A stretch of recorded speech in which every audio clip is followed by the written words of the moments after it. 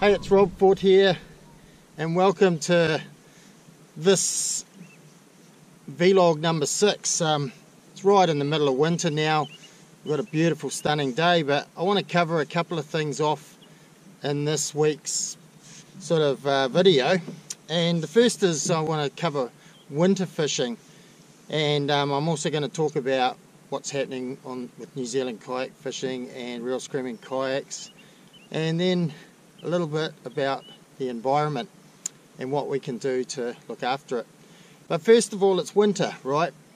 It's always the hardest time of the year fishing wise, but for me it doesn't mean that it's not a good time to go fishing. In fact, I reckon winter's one of the best times to learn a lot about what you're doing with your techniques. You know, for me, I've been fishing this little area here.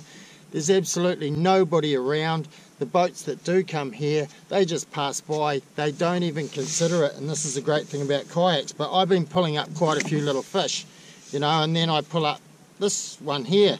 Not a huge fish by any means, but this is my dinner for me and my partner Janet, which is great. Now, you know, what I'm using at the moment is really small baits. I've got this little Berkeley power bait here.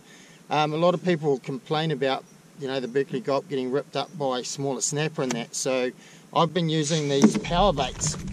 Okay, they're a little bit more robust, and they still get the same amount of attention, but they tend to be a bit more robust. I'm just going to picky this guy.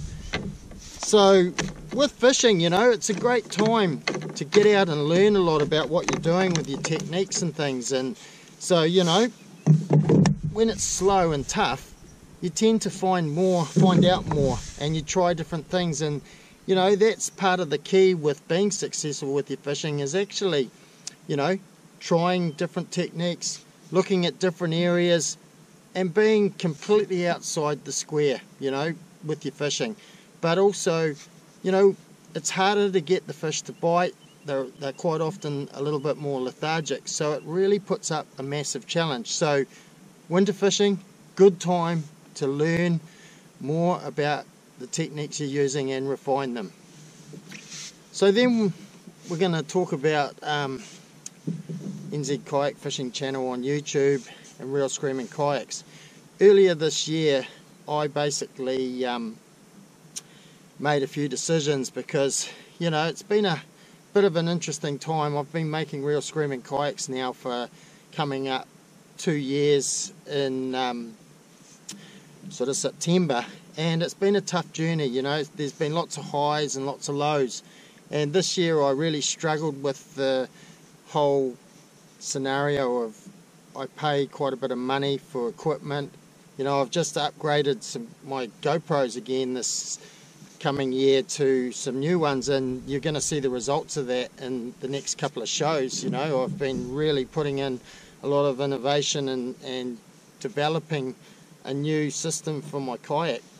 So yeah, you're going to see that. I've got a Hero 6 with some massive battery capacity. I could run that thing for a couple of days, you know, without having to charge it, which is really cool. So, but it all costs money, and as I've talked about before, it's hard to keep doing this when you're not really making much out of it. And I do produce these shows and these videos for you guys to enjoy, and girls, and anybody in general.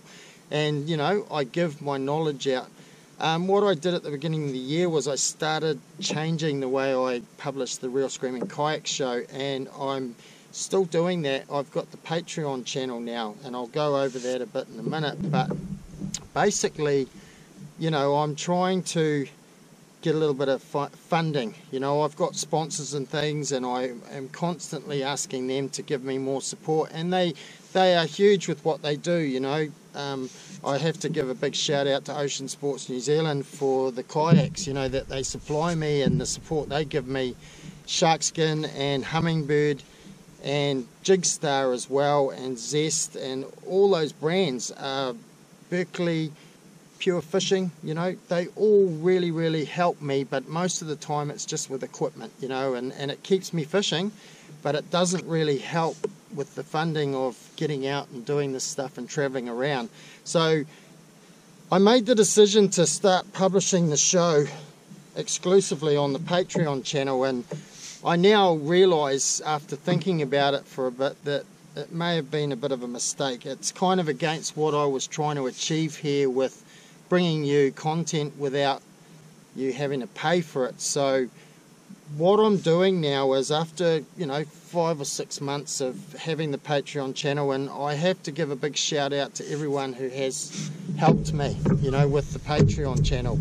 It's been huge. There's been really good support, and I want to say thank you from the bottom of my heart, because it's awesome what people are supporting me with, But anyway, going back to the show and publishing it, I've started now publishing, like I extended the show to an hour-long version, and I've gone back to publishing that on YouTube. But what I'm doing is, I'm still going to be publishing the latest episode, and episode 15's out, but it hasn't been published on YouTube yet. It's on my Patreon channel.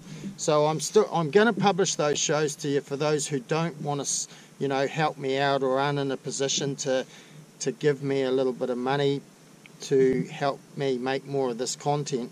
But it's a real struggle, and I've battled with myself about, do I keep going?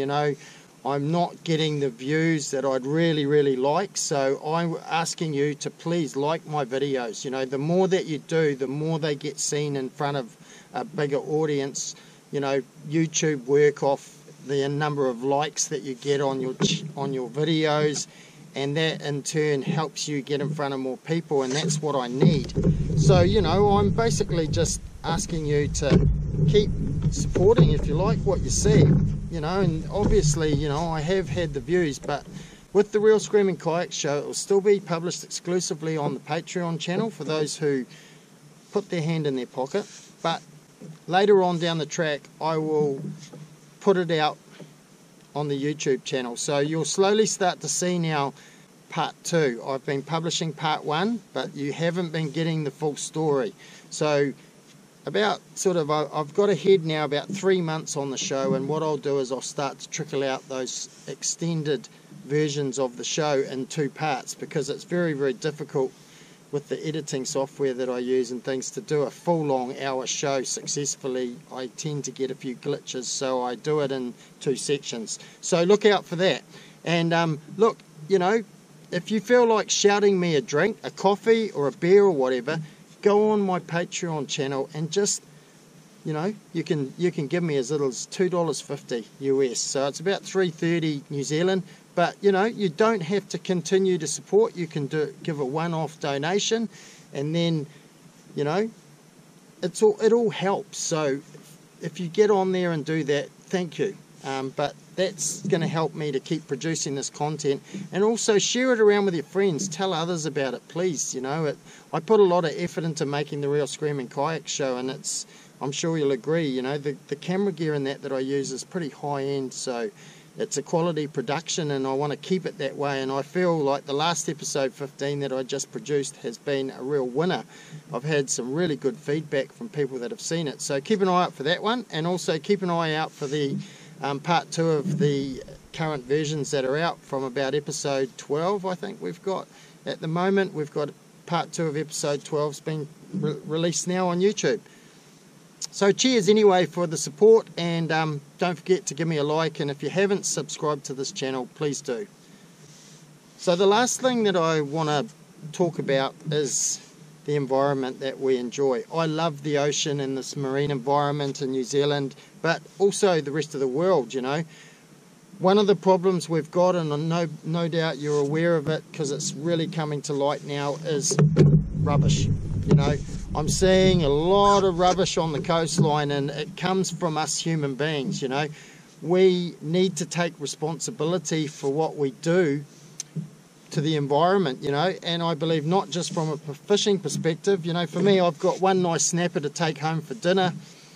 Maybe I'll catch one more, but I really have huge respect, and don't overfish for starters, but also look, if you can help with the rubbish situation. I just was coming along before and saw a whole lot of debris on the water and picked up this floating along on the surface.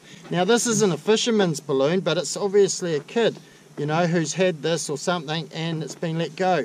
So if you're a parent, it's your responsibility to make sure that you educate your kids on, you've got that balloon, son or girl, you must, or daughter, you must not lose it. You know, if you do, it's going to end up somewhere, and this is what we've got to start getting. I've been doing a lot of cleanups. You know, when I go out fishing and I launch somewhere, I see a bit of a rubbish on the shore, I pick it up. No matter how little it is, it all makes a difference. And I guess that's the key for anybody. If you see some rubbish where you are, pick it up. It doesn't take much of an effort, and every little bit helps. So that's my video blog this week, and I hope that you've taken on board some of the things I've said, and cheers for watching. Catch you on the next vlog.